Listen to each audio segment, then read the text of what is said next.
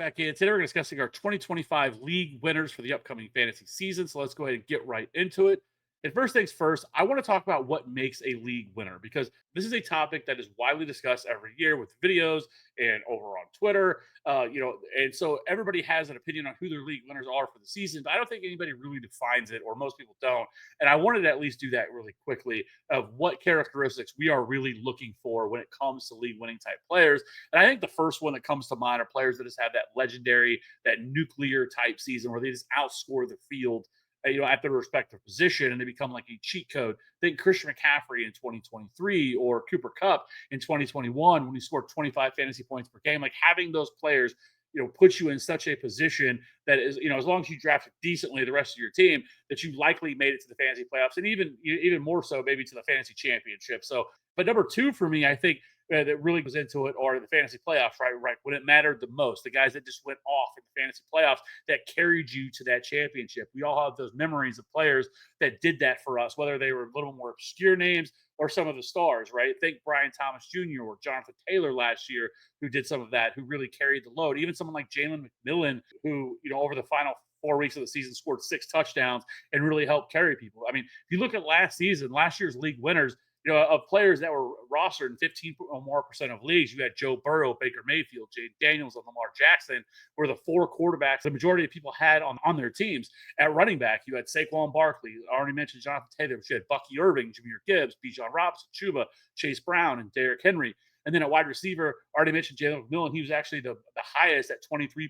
And then T. Higgins, Brian Thomas Jr., Malik Neighbors, Justin Jefferson, and Jamar Chase. And then at tight end, you had Brock Bowers and Trey McBride. And so I think, and then lastly, some of these players we talked about, like a Bucky Irving or a Chase Brown, are these late round hits. The guys that you drafted, 9th, 10th, 11th round and on, the guys that vastly outproduced their ADP, had top 10 finishes, top 12 finishes, top 15 finishes, that really propelled you and really pushed your team, even further up the rankings. So I think these are the three aspects we kind of look for when it comes to league winners and things we should be looking for in those players. So without further ado, let's get into it here. Let's talk about the quarterback position. And I think for me, the one that really stands out the most for me, at least early in drafts, everybody's talking about Joe Burrow. Everybody's talking about Josh Allen, Lamar Jackson, and Jane Daniels, respectfully. I mean, those guys all deserve to be talked about as early round picks.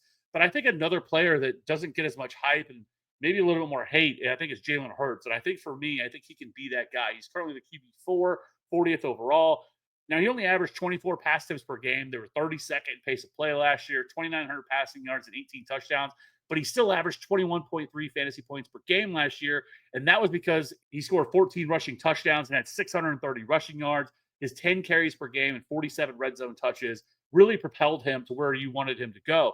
And he was pretty consistent too. He scored 20 or more fantasy points in 8 of 15 games, and he has now scored 10 plus rushing touchdowns in 4 straight seasons. So you can almost lock that in. So while he wasn't great through the air last year, he carried you on the ground. But I actually think this year there's a much better chance they actually throw the ball at a much higher rate this year. And I think that's only going to help him out even further. And I think QB1 upside is certainly in the range possibility for Jalen Hurts. And you're getting him at a little bit of a discount compared to some of these other quarterbacks. And I mean, I've seen some places where Joe Burrow is actually going ahead of Jalen Hurts. Jalen Hurts is actually the QB5. So really love Jalen Hurts this year as somebody to target. Next up, let's move over to the running backs. And I think, again, you have some different buckets here. I think players, you're looking for that legendary type upsides, players that can vastly outperform their ADP. They have to be involved in the passing game. We know a target is worth 2.5 times a carry. And players that can really hit the upside in terms of touchdowns. But passing game is huge. 3 running backs that are being drafted inside the top 4 rounds of your draft. And I think starts off with Devon Achane, RB7 going at the really beginning of the second round. And I have no problem taking it at the back half of the first round either. I love Devon Achane this year. He's always been a little bit more of an efficiency monster. Even last year, 63% opportunity share, 12 carries per game last year, only 907 rushing yards, and he had 12 touchdowns. But he really carried himself through the air. He was 4th in route participation, his 5.1 targets per game. He was 11th in yards per route run, averaged 4.6 receptions per game as well. And he averaged 17.6 fantasy points per game. But if we remember, with Tua last year in those 13 games, he actually averaged 21 fantasy points per game. And then in the 4 games without, he averaged 7 fantasy points per game. So that's something we're going to have to monitor. But keep in mind this year, Miami is the 4th easiest schedule for running backs. But they do get the Steelers, Bengals, and Bucks in the final 3 weeks of the season. Steelers isn't necessarily the best matchup, but then I think the Bengals and Bucks can be pretty solid matchups for him here. So next up for me is going to be Bucky Irving, RB9, 22nd overall. A very similar type of player to Devon Achane. She wasn't as involved in the passing game last year, but last year overall, he averaged 12.2 carries and 3.1 targets per game last year. However, once he took over as the lead back and over the final 7 healthy games, he actually averaged 19.3 fantasy points per game, played 62% of the snaps, ran 45% of the routes, and saw a 12% target share. He also handled 100% of the touches inside the 5-yard line. The Bucks also have the 13th easiest schedule, as well as the 4th easiest playoff schedule, as they will face the Dolphins, Panthers, and Falcons to close out the season. So I think Bucky Irving is a phenomenal pick at cost. Right now, Rachaad White already is injured. He may not even be ready for week 1. And so all the talk has been that they expect Bucky Irving to take a bigger step forward this year, to have more opportunity. He was already extremely efficient last year, top 5 in true yards per carry, yards per touch, 3rd in juke rate, 6th in explosive run rate, and he was 2nd in missed tackles forced per attempt. So Bucky Irving was phenomenal last year. I think he becomes even more involved in passing, and that is never a question mark with him. He was a phenomenal pass catcher out of college. And another player that has top 5 upside this season. And then lastly is going to be Chase Brown, everybody's favorite running back this year, or except for the people that love Taj Brooks. But regardless of that, we know how good he was, especially over the second half of the season, because once he took over as a lead back in week 9, we saw his production rise dramatically, averaging 18.8 carries, 5.5 targets, 20.6 fantasy points per game, which was the RB4 over that span. And he was involved in the pass, he had an 11% target share, finished with over 1,300 total yards, 11 touchdowns, and 15.9 fantasy points per game overall. And the Bengals have the 10th easiest schedule this season for running backs as well. All the talk has been he is going to be the man. He's going to be the guy. We saw it in the preseason. He handled the majority of the touches in game 1. All the talk prior to this training camp and before that was Taj Brooks, the 6th-round running back, how he was going to be this year's Bucky Irving and take the job from Chase Brown. We can get out of here with that. That's not going to happen. Everybody from Zach Taylor, their offensive coordinator, Dan Pitcher, also said that he's everything that Austin Ekeler was and expects him to be the focal point of this offense. Love Chase Brown. He's going to be top 10 in red zone touches. He's going to be involved in the passing game. Like, he checks every single box you should be looking for running back. So as long as he stays healthy, I think he's kind of a lock as a top guy. So love Chase Brown. Those are kind of those top 3 players that we were talking about. Now, some of the other buckets are players that I think can vastly outperform their ADP that are going later in drafts. And first, I just want to quick mention Kenneth Walker. I'm not going to go too far into it. I feel like I've talked about him on every single video, but he certainly falls into this bucket for me. Love Kenneth Walker, RB17, 44th overall. Love the new offensive coordinator. Clint Kubiak, I think, is going to be able to unlock Kenneth Walker. As long as he can stay healthy, contract year for Kenneth Walker this year, Kenneth Walker can fall into that bucket. But let's keep it moving. We're going to talk about Isaiah Pacheco, though, RB26, 70th overall. Now, 2024 started about how we all expected, racking up nearly 200 total yards, a touchdown on 34 carries and 7 receptions. He was the focal point of the offense in the backfield. And then in week 2, he broke his fibula and missed the next 10 weeks of the season. Then he returned and suffered a rib injury. He just never was the same guy with that injury. He did not look explosive whatsoever. He never really got it going. But I will say all the reports this offseason is that he looks like he was pre-injury. He's back to being that guy. This is also a contract year for Isaiah Pacheco. First, we can look at this backfield and say it's a little bit crowded. You have Kareem Hunt, who was there last year, who, when he first came into town, Kareem Hunt was a pretty solid fantasy option. But over the second half of the season, he certainly did not look like that guy. And he looked like he was washed. I mean, he was actually dreadful on a per-touch basis. He was ranked 51st in yards created per touch, 47th in explosive run rate. He was also 60th in true yards per carry and 52nd in yards per touch. Like, he's just not very good. I think he has a very limited role in this offense. I don't think he might get some third down work because of his ability as a pass catcher and a pass protector, but I don't think it's going to be anything more than that that's really going to limit Isaiah Pacheco. And then there's the other guy, the Deneric Prince, the Carson Steele. Like, stop me if you haven't heard those names before. And it now is Brashad Smith, who everybody seems to be super excited about, calling him he's the next Jerick McKinnon. And the difference between Jerick McKinnon and Brashad Smith is this. Brashad Smith is 5'10", 194 pounds, and he is not a good pass protector. That is one of his weaknesses coming out of college, and that is certainly something that you can't say about Jerick McKinnon. Jerick McKinnon was a phenomenal pass protector, which is why they trusted him, especially with a younger Isaiah Pacheco, who was not a good pass protector at the time. That Brashad Smith is not going to get very much opportunity this year. He's running with the third string. I know there's been some talk that, we got some run with the first team. That's what the Chiefs do with a lot of these guys. They did it with Carson Steele. They did it with Deneric Prince. And everybody lost their minds and said, okay, Isaiah Pacheco is going to lose his job. And so with Isaiah Pacheco's poor performance last year, once he came back, it has really knocked him down. He's RB 26, 70th overall. And so I'm not saying that I think Isaiah Pacheco is going to be a top 5 running back or anything like that. I think he has the potential, finishes like a back end RB1, but I think it's more likely that he finishes a high end RB2 this year. Contract year for Isaiah Pacheco by the discount, RB 26, 70th overall. As long as he stays healthy, I think this is a pretty easy pick at cost. So let's keep it moving here. Now I want to talk about a few late round options. And I don't think there are too many guys that really stand out like a Chase Brown did last year or Bucky Irving, who really started getting all this momentum in terms of guys that can, overtake the lead back that's there in their system. I think there's some guys like an RJ Harvey who I really like. I think he could fit that mold, but he's already going really high right now, going in the top 60 picks. So I think I just come up with a little bit of a list here. We'll go through them really quickly. One is going to be Ray Davis.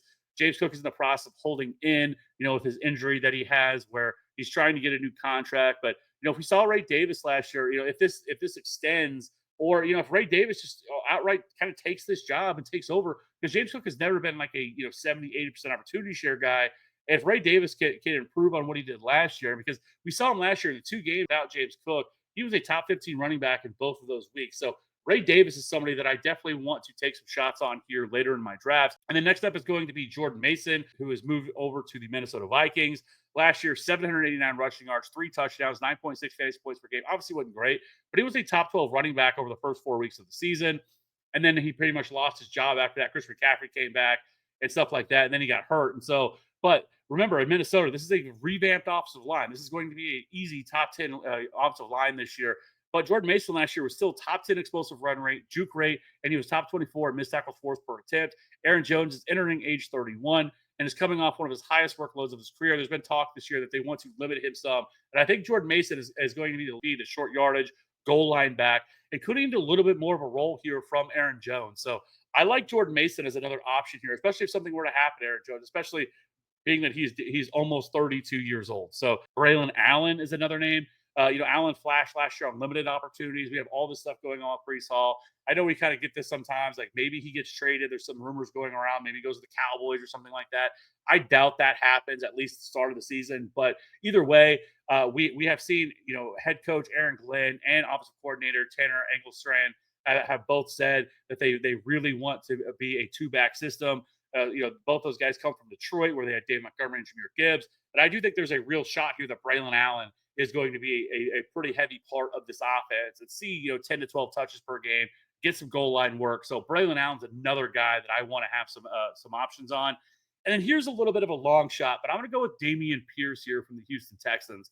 Joe Mixon is still out with an injury without a timetable to return.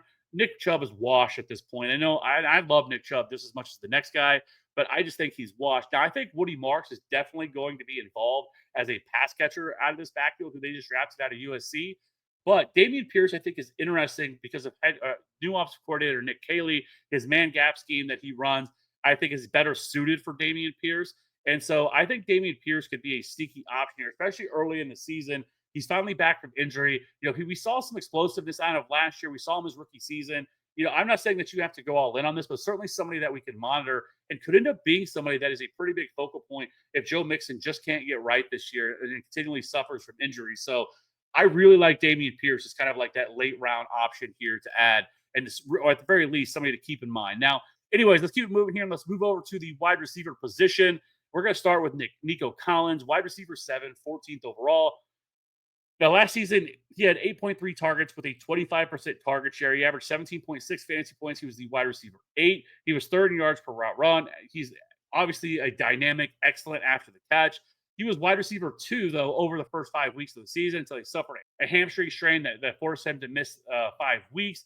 But he's the most efficient wide receiver in the league. Like, he's up there with A.J. Brown in terms of overall efficiency. Like, he's not somebody that needs 150, 160 targets to really be that guy. Now, I think there's a range of outcomes where that happens, but he does not need that to be this dude. Like last year, he had 25% target share, solid, just still a little bit more average, like in terms of your elite wide receivers. Like, he's not getting up there to 30, 31% target share. I think it's in the range of outcomes that something like that could happen for him if he can put it all together. But Nico Collins doesn't need that, but he certainly can do it. I think it's going to help him having Jaden Higgins, Jalen Noel, and Christian Kirk, having some other players to take some of the pressure off of him. That being said, I really love Nico Collins this year. Next up is going to be Drake London for me, wide receiver 10, 19th overall. He was third in target share last year, averaged 9.2 targets per game, 29% target share. He was also third in red zone targets, so heavily involved in the red zone.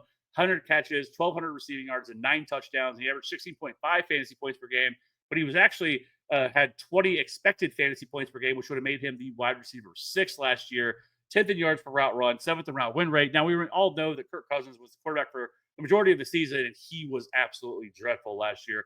Really killed this offense. But I think Michael Penix, I think if he could take a little bit of a step forward this year, I think his offense is going to be better than what it was. I think he could easily push for 160, 170 targets this year. So now, in terms of some middle round guys, I don't want to get it. I'm not going to go heavily into it, much like the running back when I talked about Kenneth Walker, George Pickens, Calvin Ridley, Ted McMillan. These are my 3 favorite, like, middle round wide receivers to target. I think all of these dudes are going to vastly outperform their ADP. I think all of them can be wide receiver 2s, and even with a little bit of wide receiver 1 upside with someone like a Calvin Ridley.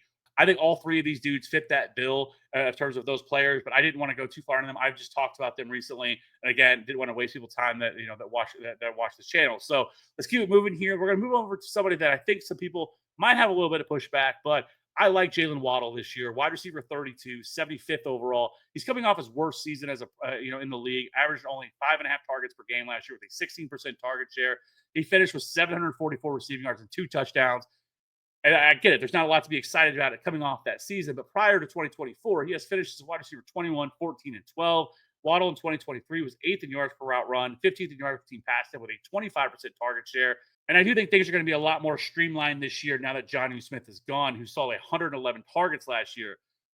You also have the fact all the stuff going on with Tyreek Hill and is kind of battling with Mike McDaniel and Tua and all this other stuff that's going on with Tyreek. But I think Jalen Waddle is going to be the big beneficiary from Jonnu Smith. I don't care about Darren Waller. Darren Waller is not going to be a thing. He hasn't been a thing in years. And so I think Jalen Waddle gets back to that 25, 26% target share. I think he can easily get back to being a top 15 wide receiver this year. And if something were to happen to Tyreek Hill, whether that would be an injury because he is 31 years old, or if he were to get traded by like mid-season, I think Jalen Waddle will explode in this offense. Remember, Jalen Waddle is still a young wide receiver. Waddle is somebody that I love taking advantage of, at cost right now. And then lastly is Ricky Pearsall, wide receiver 45, 96th overall. Pearsall obviously missed the start of the season after he got shot before the season started. He showed we could do it over the final couple of weeks, scoring 28.7 and 18.9. Now, Deebo Samuel's gone. Brandon Ayuk, they just talked about today. Kyle Shanahan said today that they're not expecting him back until week 6, week 7. And then you have Jawan Jennings, who's doing another hold in, right now. And so right now, I think all things point to Ricky Pearsall getting a pretty decent target share in this offense. He did miss the first part of the offseason stuff with an injury, but he's now back in camp. All the talk has been how good he looks and how unstoppable he is. I really like Ricky Pearsall this year. I really want pieces of this 49er offense this year. I think this offense is going to be just as good as it's always been. And so I love Ricky Pearsall at cost. Like, I think he should be going significantly higher than what he is right now. And he is one of the best steals of the drafts you can get your hands on right now. So I want to come away with as much of him as I can. Some late round guys that we should at least be monitoring. If you want to draft guys like Kyle Williams from the Patriots, Luther Burden, Josh Downs, Trey Harris, Rashid Shaheed, and Dante Thornton from the Raiders are just some names you should definitely be talking about. We are going to get more into some sleepers and in a future video that will definitely be getting into some of these guys and breaking them down and some players that you should be looking at in the later rounds. So let's keep moving here. Let's move over to the tight end position. And first is going to be a guy that I have talked about. I'm going to talk about him again because he fits this perfectly, and that's Tucker Kraft. 50 catches last year, 700 receiving yards, 7 touchdowns, averaged almost 10 fantasy points per game. And this was on an offense that did not throw the ball very much last year because Jordan Love got hurt. Packers last season were 30th in pass rate. Now in 2023, the Packers actually threw the ball at 58% of the time, which is a little bit more league average. Compare that to 48% in 2024. I think with Jordan Love bouncing back to full health, I think there's a lot to like with Tucker Kraft. Matt LaFleur has already spoke that they want him to be the focal point of their offense. And last year, he was 2nd in yards per route run, 6th in yards per team pass step, and 2nd in yards per reception. So Tucker Kraft, I think can easily finish the top 5 tight end this year. He is my guy that I want. I'm going to be waiting on a tight end. If I'm going to be surpassing the top 3 guys in Brock Bowers, Trey McBride, and George Kittle. And if I can't get Tucker Kraft, then I'm going to go take a rookie tight end, and that's going to be Tyler Warren. Penn State, great. Shout out Cody. 6'6", 256 pounds. Last year at Penn State, he had 104 receptions, 1,200 receiving yards, and 8 touchdowns. Now, I am a little bit nervous with this offense, obviously, but still, all the talk has been that he is going to be the focal point of their offense. We kind of saw it in the first preseason game as well. I think Tyler Warren's going to be heavily involved in this offense this year. I think he could be like a little bit of a Sam Laporta, Brock Bowers lights, not that far of an offense off of from what the Raiders had last year. So I do like Tyler Warren a lot here, and he's the other guy that I would definitely be looking to draft. So let me know in the comments section below. What are your thoughts about the guys we have? If I miss anybody, who's some players that you're really excited about that you think possibly have league winning upside? And with drafts coming up, leave any question you have in the comment section below. We'll be sure to get to them. We'll see you on the next one. Bye.